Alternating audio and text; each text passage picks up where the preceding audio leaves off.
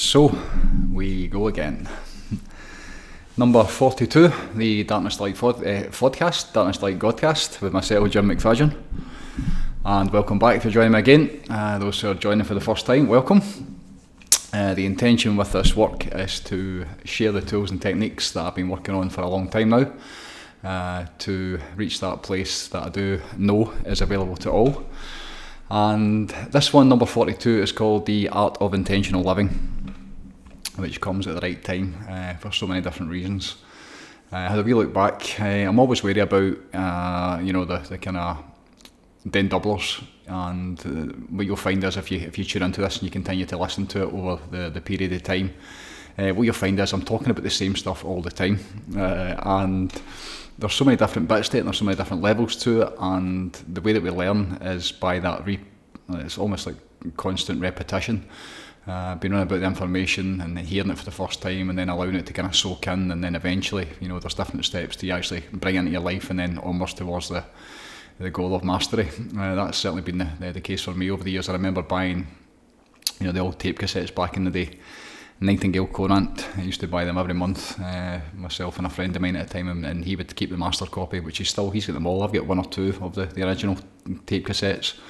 It came in a pack of 6, and I think it was 50 quid at a time. We'd buy one most months, and I would record it. I would get the recordings of the blanks and stick them in my van at the time. It would kind of fit in windows on the building sites, and I'd be listening to these recordings over and over and over again. Zig Ziglar used to call it university in wheels, and the amount of stuff that I picked up and learned through just repetition, and a keen interest and the desire to better myself.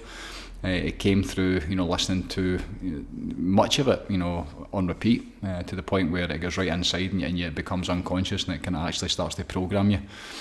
So that's how I did a lot of my learning back in the day. And what you'll find with this work is I'm talking about the same stuff most of the time.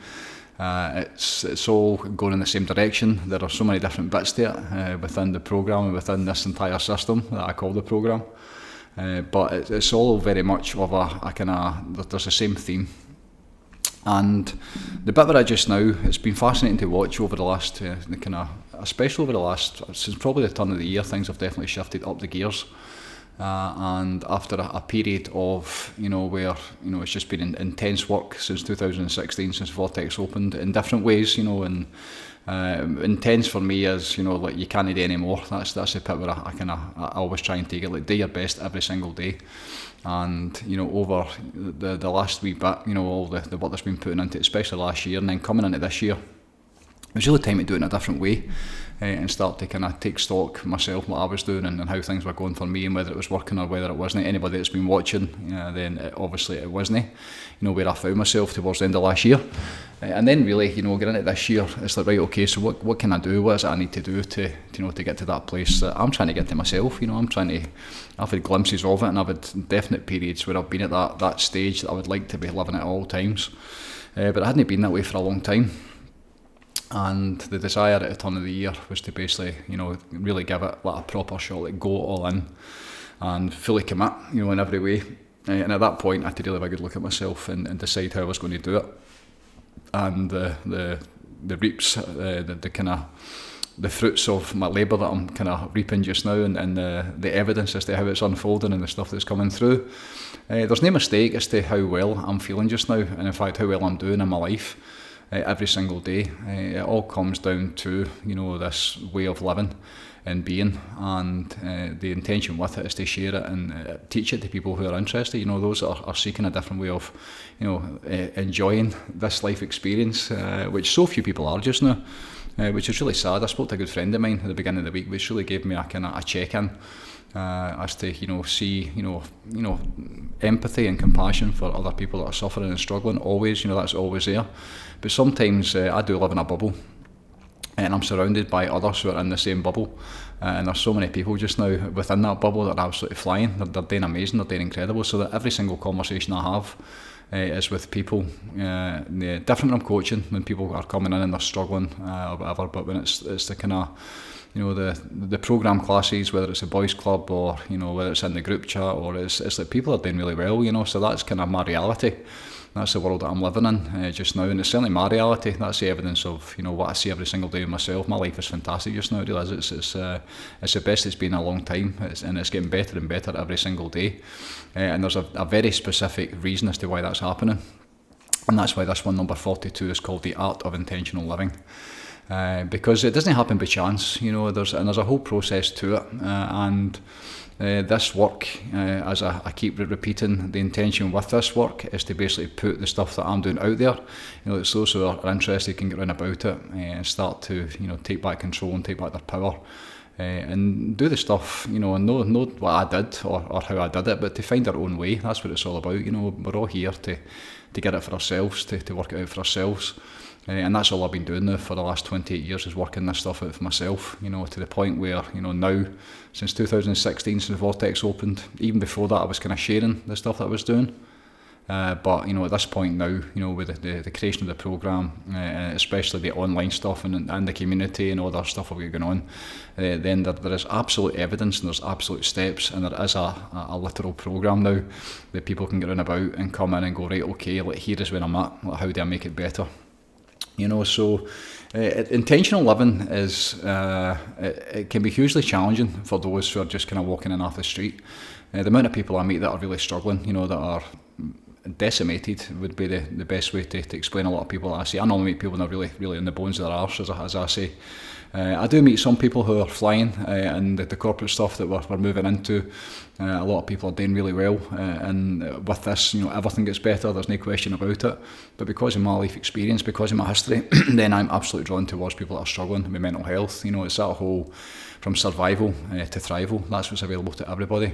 And that's what really this mission is about, is to help people, leave the darkness of the challenges they're facing and all the kind of struggles in their life, and get to that place that's available, back into the light and back to, being empowered and living the way that it was meant to be. That's been my journey, and I always say, like, every teacher, if they've not been through it themselves, if they don't have the experience, then you shouldn't be listening to them. I believe you can only teach from experience, so that because of, my history and where I've been for over half my adult life, since the age of 24 up to 53 now, it's been all about that, the realisation of, where I was and how bad it was and how much I was struggling, and then taking back control, learning how to climb out that hole, and then over the last, 28 years, it's been to, reach the place of that place that some people call it enlightenment, God realisation, self-realisation, really back to the way that it's meant to be, that's available to all of us. That's what this is all about, that's what this work is all about. And that's a really exciting journey, and it took me an awfully long time to work it out. I had no real teachers except the books, because of this intentional living. I was reading Wayne Dyer, just a wee bit of Wayne Dyer there, the Power of Intention, which 2004 it came out, that book, and that's a signed copy that Wayne Dyer signed for me in Glasgow, which is fantastic. It feels like I carry a piece of him every time that I open it up, and I've got another 2 or 3 that he signed that day. And it's interesting to know that the great teachers I've been absolutely blessed with, I learned a lot of this information that are certainly started me off, by the input of the education of what things were all about, and then how I basically took their stuff and then took it into my own life. And then for the last probably 10, 12 years, I've not really read any books. I don't read the books anymore. And I really got it for myself, and I had that enlightened experience and reconnected, back to the divinity that was inside me, and then realised it must be in everybody. So, you don't need to go anywhere to get it. I've really been in that state of working out for myself, and the work that comes through me, almost every single bit of it is original to me. All the stuff that I'm talking about is based on, my experience and how I basically worked out and put it together myself. I talk about how in the beginning, life was happening to me, and it was really, really challenging. And at that stage, I was looking for input. I needed somebody to help me out, and that's where all these great teachers came in. And that's why when I think back to my journey of all the different kind of tape cassettes and the the stuff I would listen to. And you know how many times I would listen to it, and how every single time I would basically tune into it, which was every day. You know, it became a way of life because it'd been so bad for me before I got round about it. You know, being round about this positive, you know, the input of things that made you feel good was so addictive in so many different ways that it was 24/7. I was doing really nothing else, and that's actually been the case for the last 28 years. I've not really done anything else. I've had no really other interests or you know, things that passion for anything, I wouldn't say. I've done different sports and pursuits along my path, but this work, you know, this intentional living, and specifically the spiritual stuff, that's been an absolute passion for me for the last probably 26, 27 years of spiritual stuff. But personal development since 1997, in January, when I got the light switch back on, and I was basically given the olive branch to pull me back into, you know, this world and back into myself. Since then, it's only been about, you know, this path and holistic ways of living and being, to get to the place that I stand just now. You know, being in that place, I believe, of mastery. You know, mastery of the self, which means I've discovered the true self, and even greater than that, you know, I've been able to, you know, because of my desire to then pass it on and help people. The amount of people that are now in that place where they're now living in the exact same way, getting the same stuff that I'm getting every single day, it's absolutely fantastic. You know, so it's the challenging thing for most people is number one, it's ignorance. We don't know. Ignorance just means we don't know, you know, and most people in this world don't know. You know, they have no idea of the power that they carry inside of them, and that's something that absolutely needs to change. When you look at the reality of the world, victim consciousness is everywhere. It'd be interesting to see what the percentage is. I would think it's a lot higher than most people, because most people believe that the world is happening to them, as I did in the beginning. Most people believe that whatever they get, that's your lot, you know, in terms of, even right back to basics, you know, in terms of the environment you're born into, your genetic makeup, you know, how you see yourself, the lot that you get, you know, what God has given you. And at that point, you know, you're really kind of, the hand you've been dealt can be really, really challenging for a lot of people, and most people, and this is by design. You know, the entire system is designed, you know, to, no matter how good your hand is, they will always try to take cares of you, and they'll always try to play your hand down through that disempowering, you know, separation process. The separation game, as many of you know that I call it. For the minute you're born, in fact, before you're even born, you know, you're compromised. Watching a lot just now about the science, and some of the science is just incredible. It really is. It's I became a nerd the last wee bit because I'm on my own, this phase of my own healing journey. I've been saying I've been healing for the last 20 years, which is literal, absolutely, and that healing journey continues. But it's amazing the new stuff I'm now having to heal, and so grateful and blessed, and I mean that, I really do. It's taken me a few weeks to get to that place. I've been really grateful for the condition that I'm suffering with just now, the physical condition, but so grateful in so many ways because of the spin-off of what I've had to go and do, you know, to learn how I'm now going to heal myself in a different way. I've been healing myself emotionally, I've been healing my heart, I've been healing my soul. It took a long time to heal my physical body, which still isn't there, you know, even the physical pains of back injuries and pain and inflammation that I've had since probably, I believe, just after vaccine damage is when it happened, when I was 13, 14 years old. You know, those original football injuries at 14, 15 that cost me a professional football career, that was the same injuries I've got just now. My back would go in me, my right hand side of my back would go and into my groin, and my neck just now is giving me all sorts of grief, you know. So I've been feeling myself like over all the years. And as well as everything else, you know, the first, you know, 10 years of this journey was all about emotional healing on every level, you know, and dealing with the kind of the pains of the past and all the stuff that happened to me when I was in Ibiza, and all the stuff that I had to deal with on every different level, you know, the kind of the childhood stuff and the heartbreak stuff with the football, and then, you know, the real, you know, real life, like Mack truck moment, as the Americans call it, getting smashed by a Mack truck in Ibiza and having to deal with you know, what the military police did to me, and the damage that I did to myself, you know, the damage that I did to my family, you know, all that kind of stuff wasn't even healed.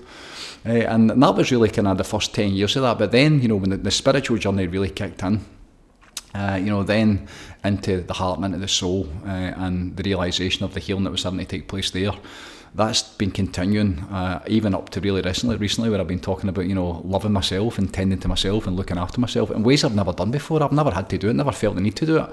Never really looked for anybody else. Always knew about, self-reliance and being so self-assured, I suppose, that I didn't really seek anybody to, or look for that from anybody else.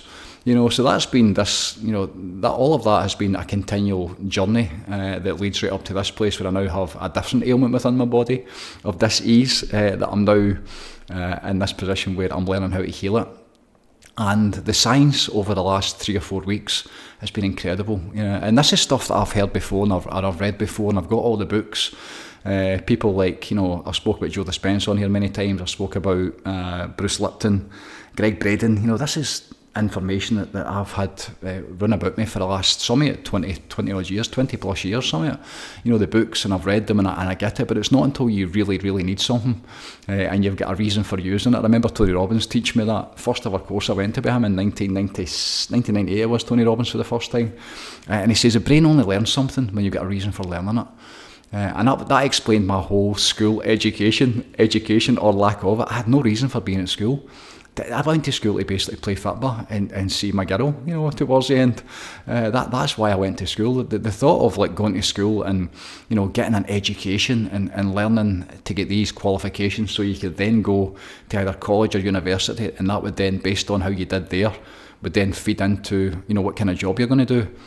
This sounds really, like, it's almost sad, but I didn't really know that was a path. Certainly wasn't an option for me, that path, because it was football first. That's the only thing I was ever going to do. Even when I was young, they would say, like, stick in at school and have a backup. And I'm like, what's the backup? There only is one plan. I'm all in here. It's 24/7 for football. And that didn't work out too well, unfortunately, so I probably should have listened. But the backup plan was family business, because I watched my dad start with nothing, or was running about my dad when he started, right from the beginning when I was born into it. They had nothing, literally nothing, and some of the stories my dad, what he took to reach their first £1,000, the amount of times they would almost get close to it and they would basically get ripped off, or somebody would go bust on them. And when the real fight, both of them, my mum working 2 jobs, like up answering phones during the night, and my dad out, boarding up windies and breaking windies and whatever he had to do to make his fortune, and so the model that I grew up in, in terms of how you attain things and how you get to places, and and how it was going to work for me. The whole thing with business and watching what my dad became as I grew up, that was plan B. So worst case scenario, I was going to get into business and be really successful financially with money, and that at the time was going to fix everything. That was what I believed. That was my belief system. So it's fascinating how now, when I've got reasons for learning this stuff, and probably for the first time when I went and trained with Wim Hof, and I sat in his house in Poland for first time it was over in Holland for 2 days, and talking about the science, and I think, what the fuck this this is fucking too hard, all the science of what the different stress responses and the different levels to the immune system, and what's going on and what happens when you do the breath in a certain way, and what happens when you access the cold, and the benefits to all the different systems, and the level of science they're teaching it, really for the first time I was like, all right, back in the classroom again. And I remember my defences going up very, very quickly, because I just wanted to help people feel better the way that I was feeling by doing breathwork and cold exposure. Explaining all the science behind it and having to learn that was a real struggle for me, but because I had a reason for it, when I came back, I was right, you want to do this. And one of the biggest challenges with the Wim Hof method exam, the qualification to become an instructor, was the science exam that you were going to be tested when they live over in Poland, the week you spend in Poland, and the amount of fear they put into people. I think by design they were trying to kind of separate the wheat from the chaff and basically get rid of as many people. That's what it felt like, get rid of as many people as possible, and the fear that I had leading up to that. So it was every single day for probably from springtime right up to November till I went to Poland. Learning the science and having a real reason for doing it. I've still got the mind maps, they're actually sitting right there, all the different, what is sympathetic nervous system, what is parasympathetic, what is the immune system, what's the 3 layers to the immune system, what happens when, the first immune response, what's the second immune response, what's going on within the chemistry. All this stuff was brand new to me, but because of the reason for learning it, then, obviously I went on and got on about it. And now, because I've got definite reasons for learning how to heal myself, because even without that, I would still have a real, I believe reconnection to the divine. In fact, I know that reconnection to God fixes everything. Real love heals all. Dr. Joe Dispenza says it all the time. Real love, authentic love, the vibration of the divine heals every single thing that it touches. Another thing he says is, which is really important, is that you need to know how. It's not just knowing, it's knowing how it goes together. And that's a bit that, although I've studied it in the past in terms of taking it in and watched it, I've never really got it to the point where it becomes unconscious for me. So this phase just now, really becoming like a geek or a nerd over the last 3 or 4 weeks, and really like every waking moment that I've got just now where I'm not working or with people or in the groups or doing my own thing, I'm basically learning this new information so I can first and foremost heal myself, but secondly so I can teach it. This is all public information. The stuff that they're talking about, Bruce Lipton, obviously a cell biologist, he talks about the studies and the experiments and the stuff that he was proving going back 40, 50, 60 years. His book, The Biology of Belief, again, I've had that since that book came out. I can't even tell you the year that came out. But now when I watch him and I'm learning, about the significance of the belief system and how it feeds into what they're now proving, in terms of science and this is some of the purest, like hardest, clear-cut science that there is, like quantum physics. When you talk about and you think that I'm now learning quantum physics, it's hilarious. It's hilarious to me to think the challenges I had. I did physics at school and I wasn't that good at it. I didn't understand it. It was a different language to me. It was just a language I didn't really want to learn, but it kind of felt quite cool at the time. But I remember it was such a struggle. So now when I'm like reading these like scientific papers and they're great teachers, they're all these greats, the people that are at world level, the way the ability to take the most complex science and kind of ideas and theories and then like make them palatable and make them digestible by explaining them very, very simply so that anybody can get them, even me.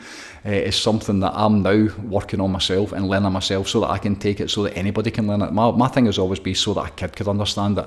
That's why when I teach breath work and I teach like switching off the nervous system and the intentional life, it needs to be very, very, very simple so that anybody can get it. I remember the Wim Hof stuff when you'd come back and there's a tendency, because you've spent so much time to learn the science, and they encouraged it, to teach the science. But you lose so many people, and for me it's like there isn't really a point to this. Nobody's interested, they just want to feel better.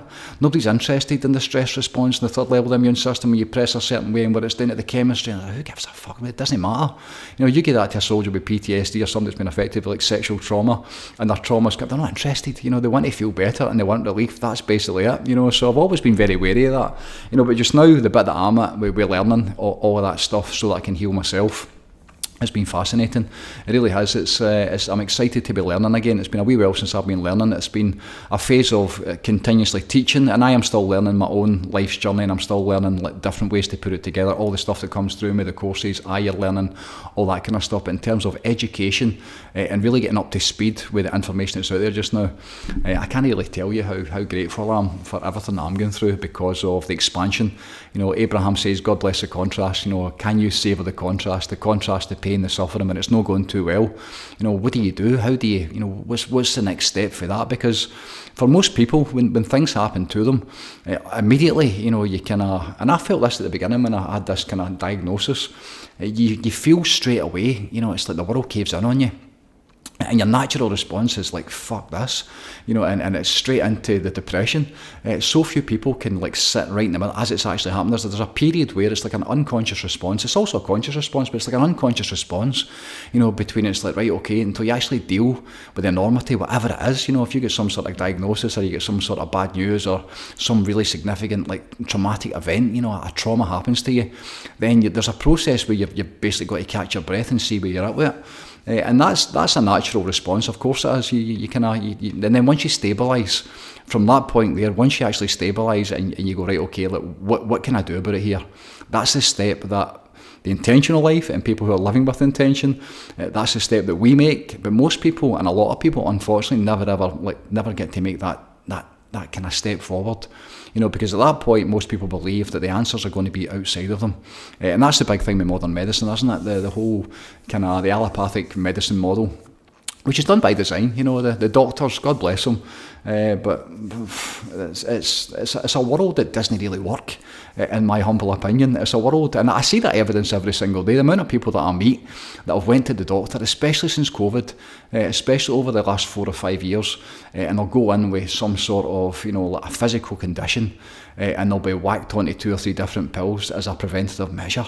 And then the addictions that can come for that, when people start to get addicted to these things and try to get off the fucking things, that again, that's like a crime against humanity. Whoever the doctor was that basically prescribed them, the challenges I've got with that, the amount of doctors that are over-prescribing and wrong prescriptions, and the damage that does, the amount of people I know with thyroid damage because of the level of the different thyroid medications they've been on, the amount of people addicted to anti-psych and antidepressant pills, that probably never ever really needed them, but it was a prevention of, they're maybe not feeling great, they've got different physical symptoms in their body, and before you know, they're taking 2, 3, 4, 5 pills, and because of their belief system and the doctors went to medical school for 7 or 8 years, whatever it is, and the certainty of the doctor, God bless them, they believe, I do believe they believe what they're saying. They're so brainwashed and they spend their whole life, you think back to school, medicine and law, I can't think of 2 worse careers to be in, but the whole strive, the really the top of the tops, like going to be a doctor, that was something that was absolutely revered, of course it was. That was because of that belief system. So they then go to university and basically get their entire heads ripped inside out and back to front, and then literally brainwashed with all this information as to how things go together. Even now, within the medical journals, I would be really surprised if there's any mention of things like breathwork, or the benefits that you can have by learning to breathe with function, breathing properly. Your belief system, the power in your belief system, the power in, taking back your own control instead of just looking outside it for you. So they're an entire opposite end of the spectrum from this. Obviously, we're all about self-reliance, we're all about taking back control so you don't need anybody or anything. Every single chemistry you've got in your body, those pills are trying to replicate it. So that suggests, in fact, science proves this, the chemistry is already in you, but because we don't know how to access it, then we need to go to them, and they know this, they absolutely know this. And that's what basically feeds their business, that's what basically fills their pockets, that's what fucking loads up their stock prices and pays for their holiday homes and pays for everything that the whole medical community is all about. It's all about money. And it keeps you in that place of needing them. So victim consciousness, needing somebody outside you to fix it for you, that is where most people are, and that's really kind of something that needs to change, because the way of the world just now, and obviously, you've got to look at the evidence to see how that's working. The amount of people that are on medications and they don't know why they're on them, because the doctor said, and end up in a place where they probably wouldn't choose where if that was their choice, they definitely wouldn't be there. But they're so compromised because they've got no ability to free think and do it for themselves. And they believe because of this doctor's education and their training, and the doctor's pure intention and their belief system, that whatever the doctor says is going to make them better. And that's just one instance. It really is, that's just one instance. You can put that into so many different things. But the whole model of when something happens that's wrong or perceived wrong, or something happens that's bad, or something happens that you would wish would be a different way, then we look straight away outside for somebody else to fix it for us. Even within the coaching business, the amount of people that go in and sit with coaches, and they'll go there every single week. I can remember myself back in the day where you would go every week and you would sit and you would feel much better. Because it was like a band-aid. That's why I like life coaching for me. If you're still seeing the same person 2, 3, 4, 5, 10 years later, the amount of people I've heard that said, oh, he's absolutely amazing, I've been going to see him for 4 years. And you're like, fucking how good is he? Because... And with the best of intention, they are trying to help, and they're trying to help, but they don't know either. The coaches don't know either. So the people are going back there every week with their 50 or 60 or 70 quid, and it's basically a band-aid to get you back on your feet. It's almost like coaching you through your shite life, until you get back to the next week. If there's no transcendence beyond that, if you never get to the place where you get to leave them, then, is it really working? Or is it just that's your lot and that's how it's going to be, and it's just a top up every single week? So, and it feeds into, as I said, it feeds into so many different areas. So the ability to take back control, the ability to realise that every single thing you desire and need is inside you, and more important than that, how do you access that? How do you get to that place where you start to tap into it? And that's what this is all about. That's what the art of intentional living is all about. It's about taking back control, It's been taking back your power. It's about learning and relearning how to live in a different way where you don't need anybody or anything. That's really what it's all about. And at this time we're in just now, the way the world and how difficult it is and how disempowered so many people are, then there's never been a better time. The amount of pain and suffering, when you're in that place where things aren't going well, you've got the ability then to look and see what your options are. And then once you've got the options, once you've got that choice, then the different way of doing it, and then how quickly you can feel really, really good by tapping into that power, the whole world changes, and at that point we become the master, at that point we take back control, instead of being the opposite end of it, we're the victim, instead of being the opposite end where everything's happening to you. That's when my life started, life was happening to me, it was terrible, and the worse that it got, the worse it got. The worse I expected it to go, the more kind of fear I had, the dread I was waking up every single day, the mental health challenges, the pain, the pain that was coming through the pills and the medication and the uncertainty in terms of how they weren't working. I remember seeing some of the doctors and they would be looking at me as if they were right, I wasn't right, but they couldn't help me. I remember the wee doctor in the Priory in Glasgow, tiny wee guy, a mouse of a human being, just so incongruent and nervous, and he was trying to help me with my anxiety and mental health at the time. I was in the middle of a complete mental breakdown, and this dude's trying to help me. I remember seeing him in the Priory, and there was a big kind of fancy staircase in it, and I clocked him, and I just wanted to speak to him. And the man literally saw me. I was in there, my parents were paying a fortune at the time there to try and get me better. I was in there for a couple of weeks, I think. And I basically saw him at the top of the stairs, and I tried to grab his attention, and the wee fucker, he saw me coming, and basically, opposite direction, he just basically done a beeline and went the other way and ran away from me. So at the time, if you can imagine me being in that position, completely disempowered, really, really no well, panic attacks, PTSD, the guns were going off my head at that point every time I shut my eyes. I hadn't slept for probably 4 months.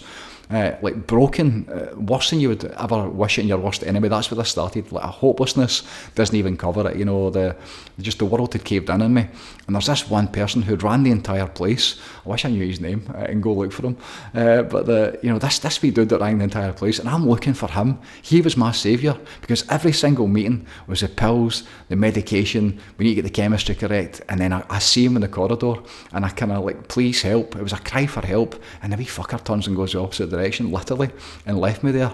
And it's like, holy shit, what chance have you got? You're basically, it's life happening to me, where I was at that point, how bad it was, and then how much worse it was getting every single day, because of there was no other way of doing it. There was no other options. There was no other light or any possibilities to getting better. It was just this one whole system, and then eventually, once I get through that. In that very first session, the very first session when the lights come back on, where the man taught me to breathe, and he basically gave me a hug and gave me hope. That's what changed my life. When you give hope to somebody who's hopeless, the whole world changes. But more important than that, his certainty at the time, he literally said to me, everyone's going to be okay. And there was something about the intention in his words that I knew everyone was going to be okay. And at that point, very, very quickly, the whole game changed. I took my power back in that moment. That very first session, I took back control with the realisation of no matter how bad this is or how bad I had been feeling a couple of hours previous, now there's a different way of doing it. And then for that wee period there, life, from happening to me, I believed that God had a plan. So life was going to basically happen for me, waiting for the divine to basically show up and fix me. That's the next step, which is still really disempowering, and a lot of people, through religion, they believe that God's got a plan for them, and God might have a plan.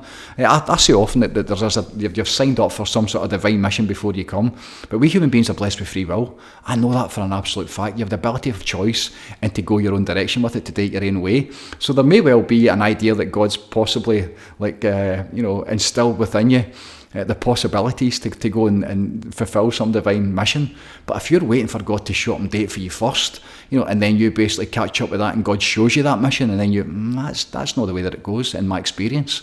And the final part of it is life literally comes from you. That's a place of empowerment. That's a place where I'm at just now, that I'm back into fully again, of being this inspired state all the time. You know, I've signed over my life to the divine. I am full God at the minute.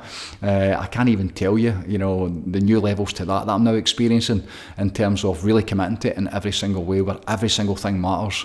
And, you know, at the beginning I spoke about how it's now really giving it a good shot. And for me, giving my everything, giving my all, it's basically handing over to the divine path. But at the same time, it's my own free will and my own kind of, the spirit that's within me, that's working, you know, my own environment and what's run about me.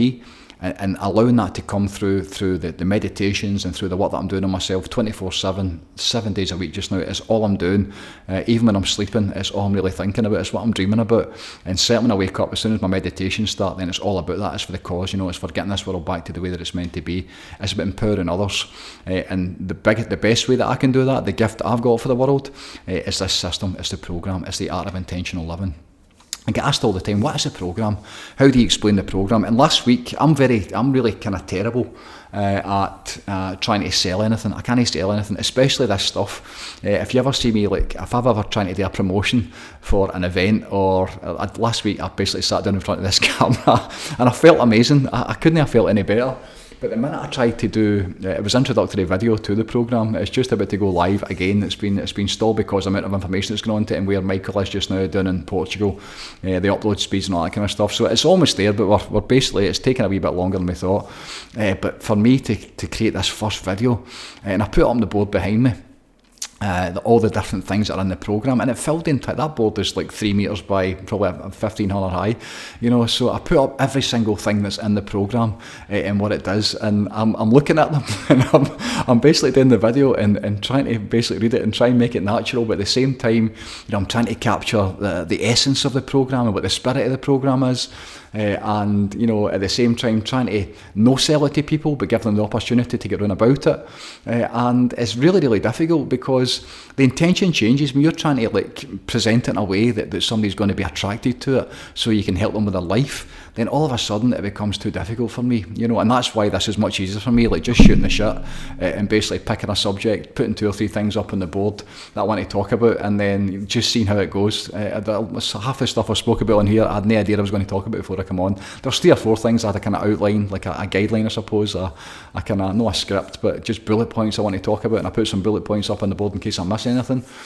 But at the same time, you know, it's much more interesting and it's much easier for me, and it comes through a lot better if I just like be in that flow state and speak from my heart and try and get this out the road and try and like keep in this, you know, try and keep in my feelings and my heart, always that intention to help people. So the way that I do that is by basically speaking from my own experience, you know. And the programme, when I'm asked what it actually is, the programme is, it's the art of intentional living. That's literally what it is. Now, what does that mean? And that's where it becomes a wee bit difficult, because for anybody that's watching that doesn't know what it's all about or what we're doing up here, this is why you need to really experience it. You know, because going through life in a stressful state, going through life at normal levels of consciousness, which is where I started, you know, buying the newspapers, listening to the news, drinking at the weekends, you know, watching the football, you know, being angry, being bitter, you know, no sleeping too good, coffees, poisons within my body, on all everything from the lowest point of the spectrum all the way up to the top of the spectrum. That was my life. So if you'd have said to me, you know, there's a different way of living, there's a different way of being, I'd have told you, fuck off, you know, because I had it, the ego was so in control at that point that any other way of living, you know, completely egocentric, that this is my way of doing it, this is me, this is my whole identity, you know, Jim the human being. I had everything in the world, I had all the trappings of success, I had the money and the cars and my beautiful wife, my girl, I had all that stuff.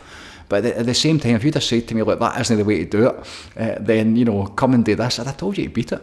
You know, so as with all of this stuff, it's normally people who, I'm not going to say they lose everything, but normally a lot of pain, a lot of suffering, a lot of contrast, that's who's attracted to the programme. That's who gets on about it. For anybody else, number one, there's no real point to it, because they kind of think they've got it for themselves. Number two, it's too hard. It's hard work, and that's why almost now it's almost like anti-sales that I do. When we do the workshops, when we do the presentations, a lot of the times I'll say, like, this probably isn't for you at this stage, you know. And there's a real there's a drip feed there in terms of when people hear it for the first time. Maybe they've been watching it online, which is different. Maybe they've been watching the videos and they've been tuning into this, or they've been watching the posts for a number of years, and they're starting to understand the language. But somebody walking in off the street, it's not going to work, So at that point, to save everybody's time and effort, because of what we've got going on just now, is so powerful in so many different ways that I need to be very careful who we allow in at this point, because it can spoil it, So it needs to be a certain person, who's willing to commit to it, who has no drama. No, I do not accept drama. When you join the group, the Telegram group, one of the biggest rules is no drama. I am not interested in drama. I've got enough good stuff in my life. I've got enough stuff to be working on.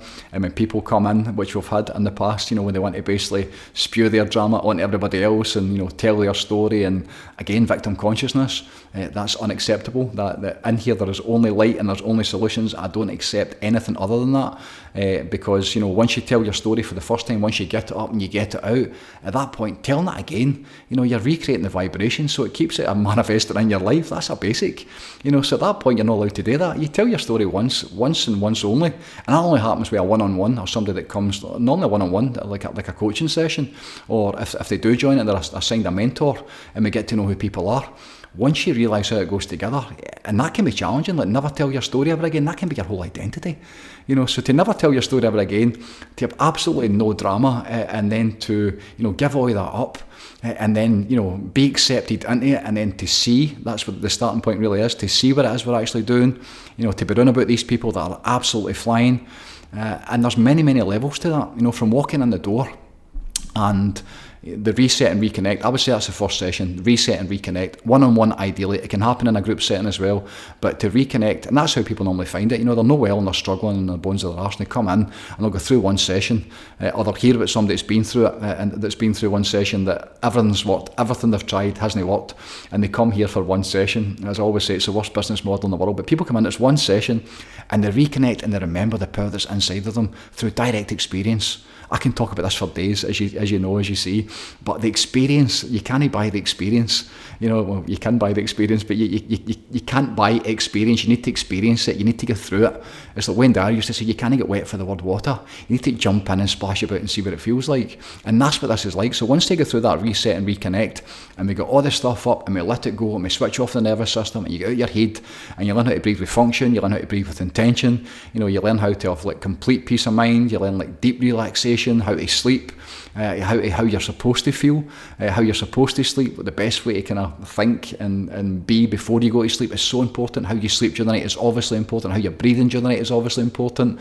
And then when you wake up in the morning time, how the work begins. So you've got this whole system that people come in, and even at that can be, before you even start the work, the enormity of that in terms of what's involved in it, that can be enough to put people off. So it's like a really kind of interesting selection process. As always, the vibration attracts people who are ready. People are drawn towards it. It's never ever wrong. Those that have ever said he needs to come or she needs to come, or I'm going to give this to somebody else, that's never worked once.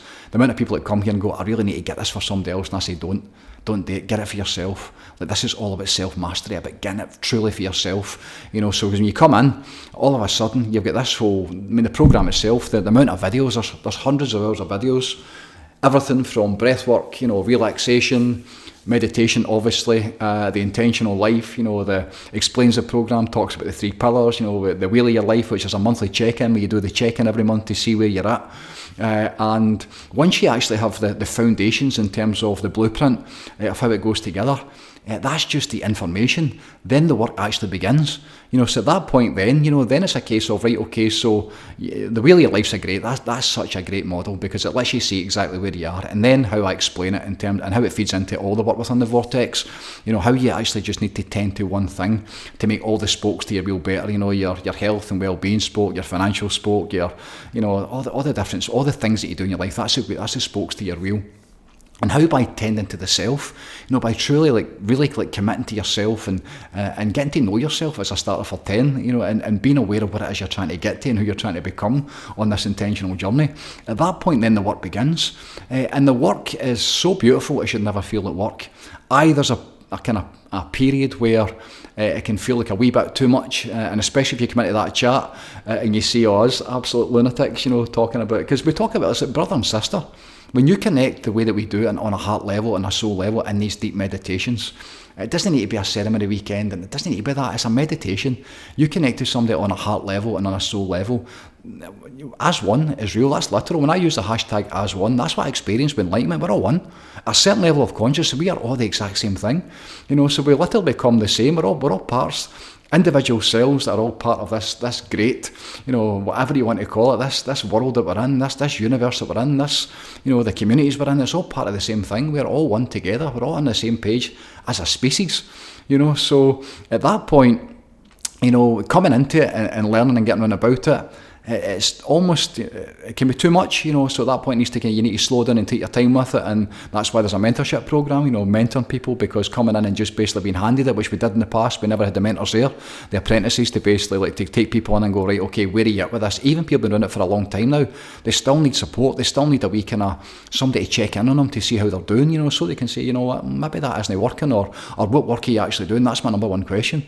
What work are you doing? Because once you know how it goes together and the work actually begins, then there's only you and your life's work that's going to get you to the place that I'm talking about. And it takes work, and it takes work every single day.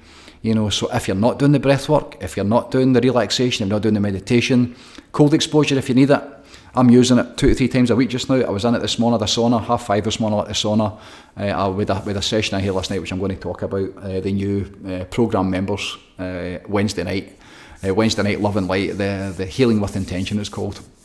And the intensity of that class, and it was like a 3-hour meditation on steroids. That's what Myra said last night, and I'd just been thinking it 2 minutes before it. It's like meditation on steroids. When you're in that group with those people that are meditating every day, that are living with intention.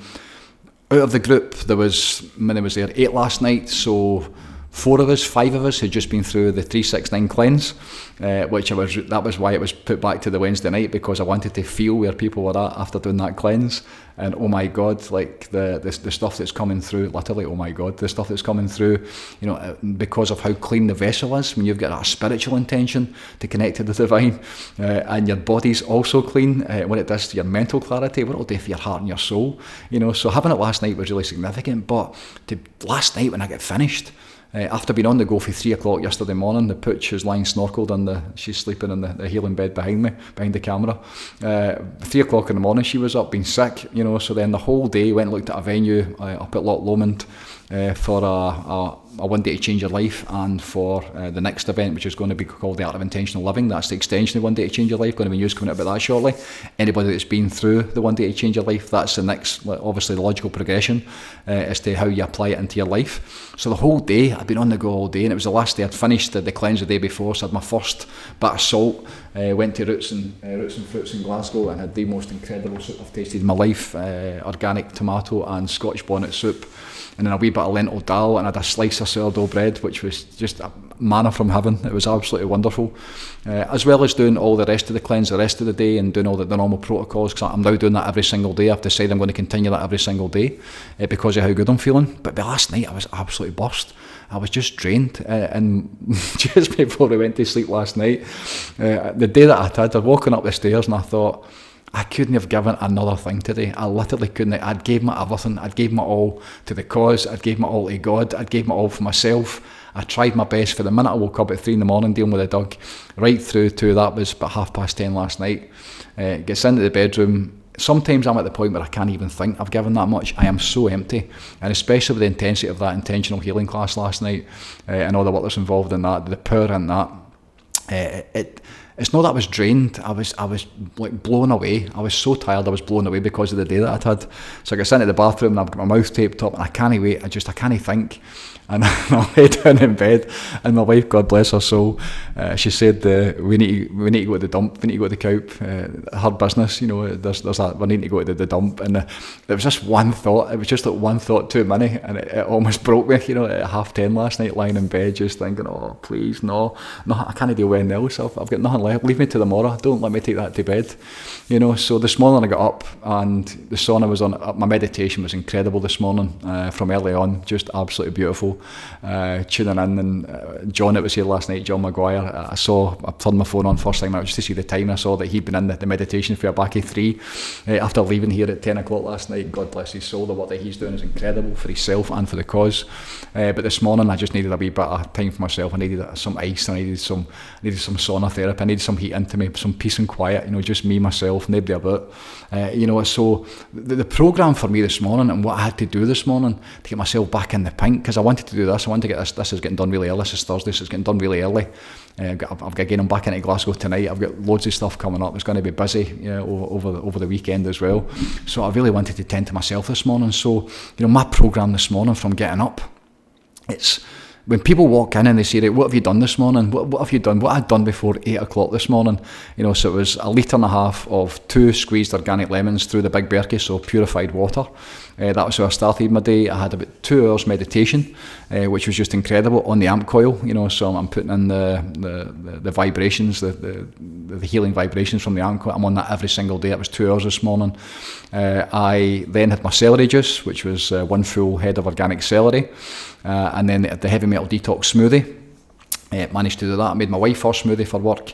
At the same time did a post. I responded to it on the group, and most of the stuff that I'm now doing, I'm inspired by, is on the programme, it's on the group. That's the stuff that I'm putting in every single day, just like, because that's the inner circle. They're the people that get it. The stuff online is like you're like chucking a net out, trying to like help people, and at the same time not trying to catch them, but trying to give them something that they can grab onto that's going to help them. That's what the online stuff, that's what the social media stuff has always been about. I'm just leaving breadcrumbs, for those that are interested.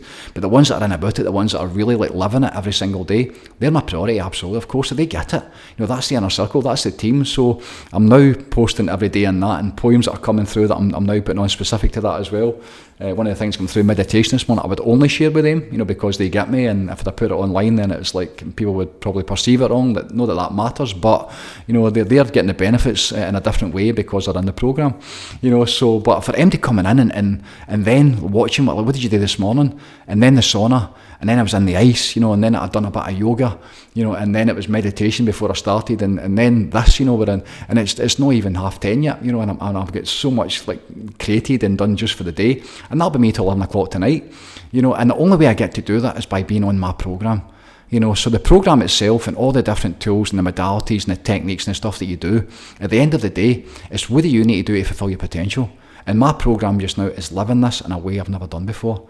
It's not even 24/7, it's beyond it, it's all I'm doing, it's beyond time and space, that's what it feels like, it's all I'm doing. One of my teachers said a while back, you need to be careful because Spirit will have you working full time when you commit to it.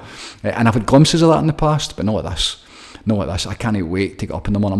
I'm almost disappointed when I get tired because I need to go to bed, because I need to basically switch off and give myself a break from it.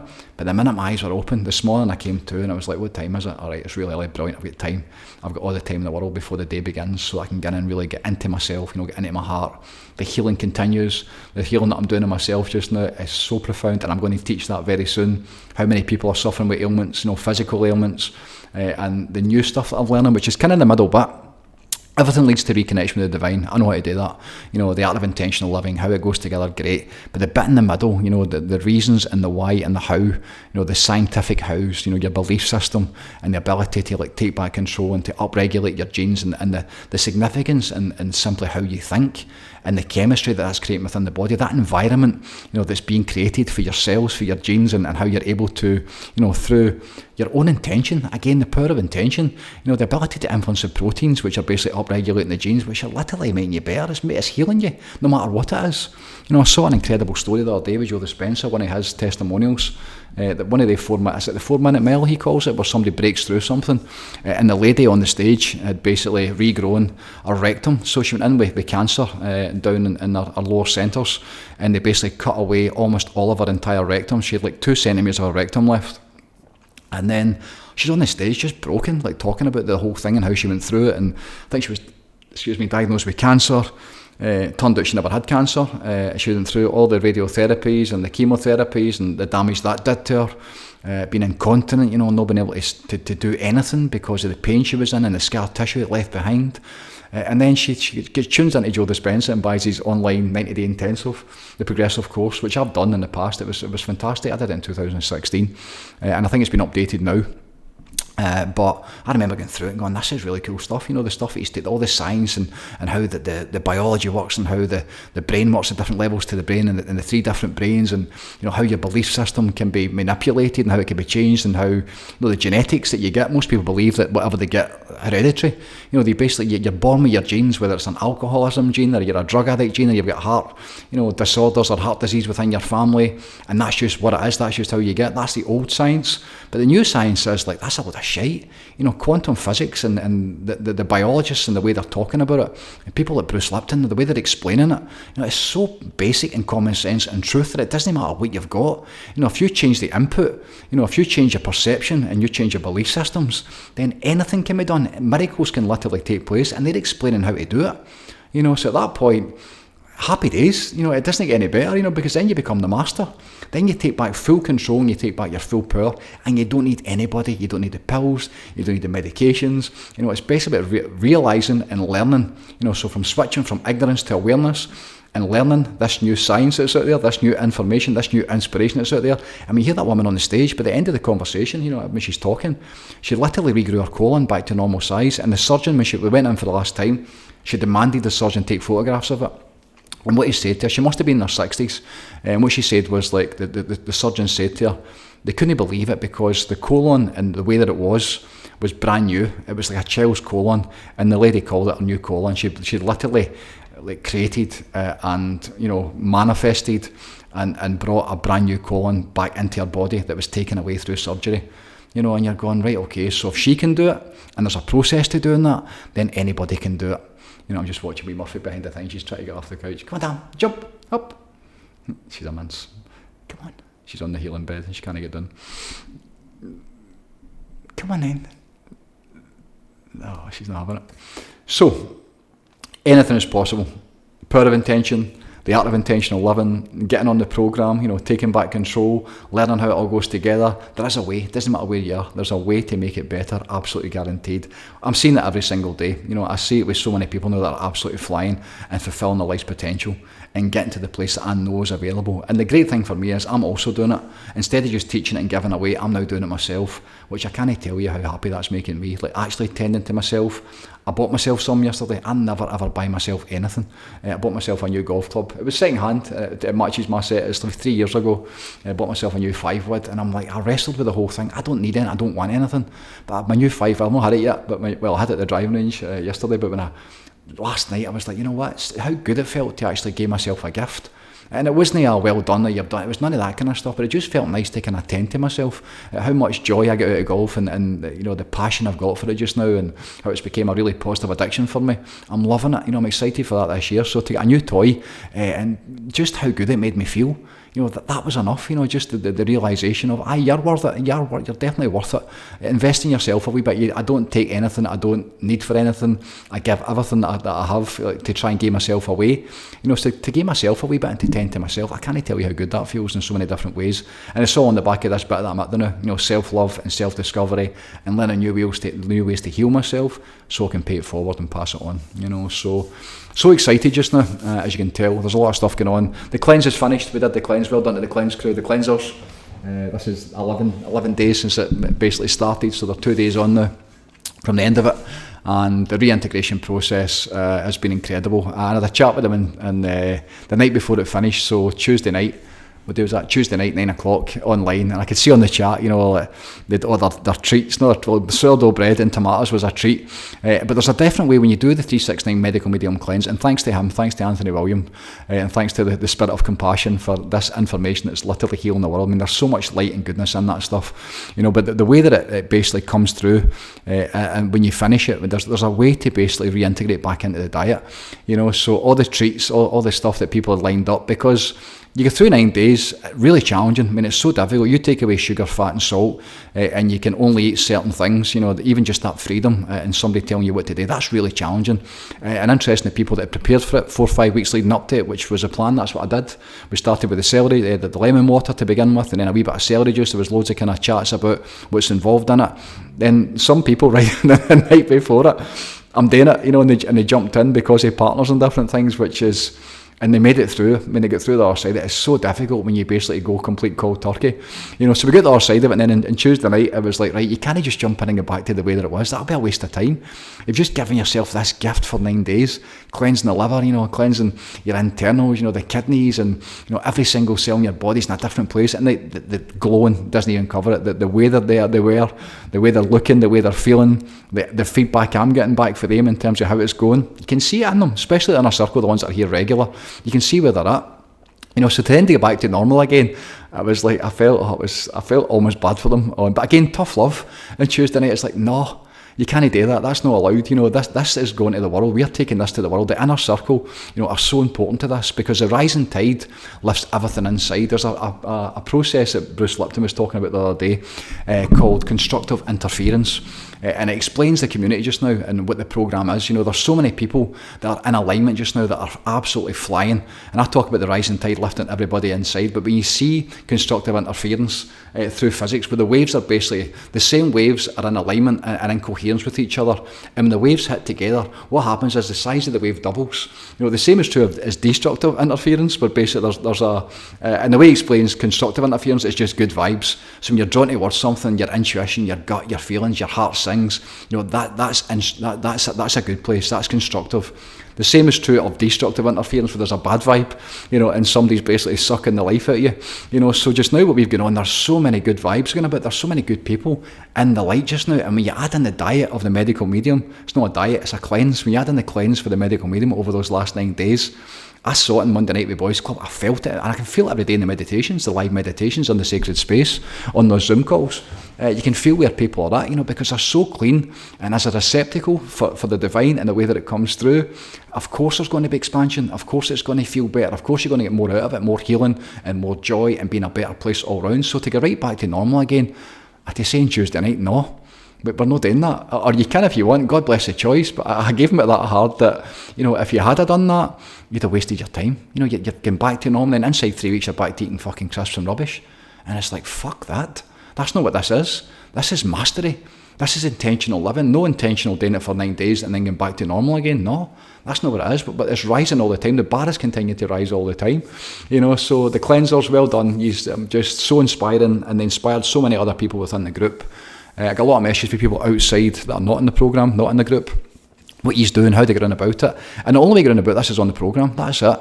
The inner circle, the ones that are committing, it's £1 a day, every single day. The ones that are committing to being about it, they're the ones that get to benefit from this way of living, this way of being. This group that we're in just now is so powerful, and there's so many people benefiting, and so many people expanding beyond their wildest dreams. That's the bit that I'm in loving, like finding new possibilities, finding like new targets and new mountains to climb, and higher levels to reach all the time. It gets better all the time. The better it gets, the better it gets. That's Abraham, and it's getting better all the time. So well done to the cleansers. And then last night we had Healing with Intention, which just incredible. Off the back of the last 2 weeks at Boys Club, where we basically put somebody in the bed.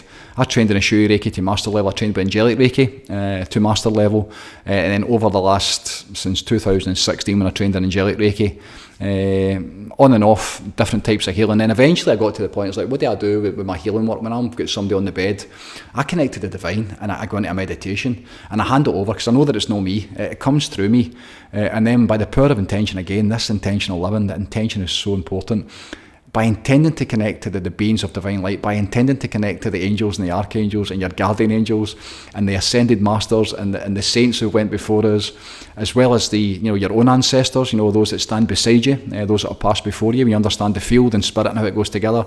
Death is an illusion, so they're always there. These eternal bonds, people that are trying to help, souls that are trying to basically help you going through these crazy times, these difficult times we face. When you basically allow that to come through you, I've seen miracles. I have literally seen miracles with one session by somebody who had no preconceived what was going to happen or how it was going to go, and I basically get into meditation and it comes through you, and I get the benefit as well. So the difference with Shui Reiki, Angelic Reiki is different because it's the angels and archangels, but with Shui Reiki it's all the symbols, and it's very much like the the practitioner. There's loads of ego in it. I've always felt there's too much ego in it. I'm a level 1, I'm a level 2, I'm a master, all that bullshit. But the symbols and all that kind of stuff, it never felt right to me. It was too much work, it was too hard. So it took me a long time to work it out, where I just basically tap into God, tap into the field, tap into the way, to the truth and the light and the grace and the goodness that is God. And when you know how to allow that to come through you become a channel for that with pure intention.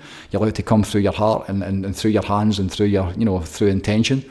Then miracles can take place, because you just they get the benefit, you get the benefit, everybody rises up, and it comes through the divine. So when you get a load of people, as we did last night, we had 8 people in the room, and I'm now teaching it to program members. We're doing a class every Wednesday night. Wednesday night, Love and Light. It's the Healing with Intention. I love it, absolutely love it, because this is like the flagship for me. When you get to that place where we're all sitting in meditation. It was like a 3-hour last night meditation. It was so powerful and interesting. Sasha in particular, she'd been doing her own stuff recently and hasn't really been running about it. The way that those who are basically just live, eat, sleep, breathing it 24/7.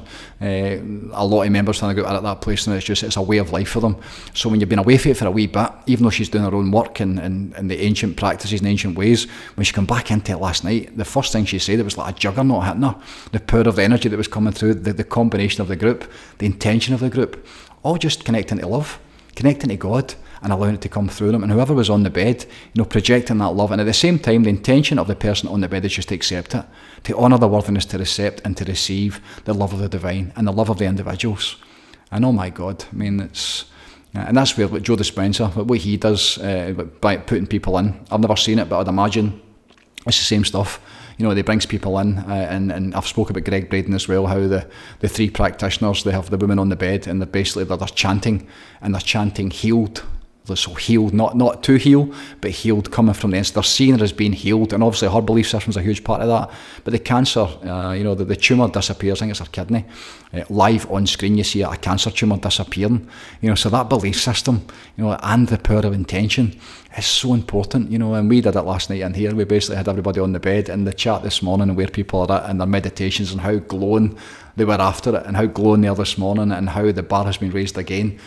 So that community, that the constructive interference of our community and what we're doing with this, that's what the programme is. The programme is a community. It's not just me, and it's not just the inner circle, it's everybody that's on about it. Every single thing matters.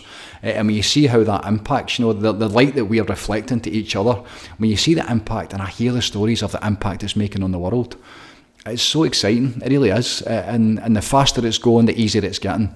It's no work. Last night, after 2.5 hours in here, and I'm responsible for it because I'm teaching it, so all I do is hold the space. That's one of my things that's people ask, what is it you do? And my biggest thing is holding space by the power of intention. Again, the power of intention. So when I'm holding the space last night, 2.5 hours into it, where it's not heavy, but it's so powerful, the energy, and it can take away from you physically. Of course it can.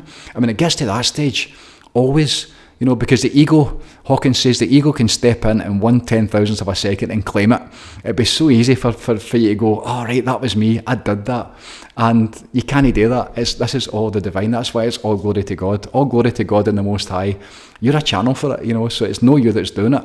So instantly when that happens, you've really got to surrender and hand it over and go, okay, it's coming through the divine. I just get to experience it. I'm a channel for it.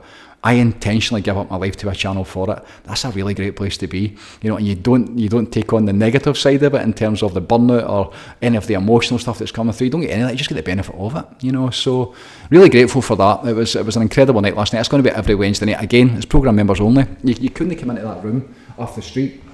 You couldn't. There's a learning process. There's a training process. There's an upregulation process. There's a shift in consciousness process. Even being on the chat and seeing what we're talking about, it just takes time. So the art of intentional living, the program, all the tools, all the techniques, all the modalities, it's an entire system, dead simply, to reconnect you back to the way that it's meant to be, back into yourself, back into your heart, back into your soul, how God absolutely determined, it was determined and kind of intended it to be. But where we're at just now, this place we're in just now, this world, the way that we're living, how difficult it is, the amount of people that are suffering and struggling, that's not the way. That's not the way that it's supposed to be. So we need to take it back. And how do we do that? We need to live it. We need to live from that place every single day. That's what this is all about. That's what the programme is all about. And that's what the art of intention is all about. And the art of intentional living. is to remember. And once you remember, then you've got a choice. And the way that we're doing it isn't working. So there needs to be a new way. And that way, the new way, is actually the really old way. So it's about re-remembering and getting back to that way of living and being. And that's how we fix this world. Dead simple. Love and light. Have a fantastic day wherever you are. Thanks again for tuning in. God bless you all. And I hope to see you very soon. Peace out. Take it easy. And bye for now.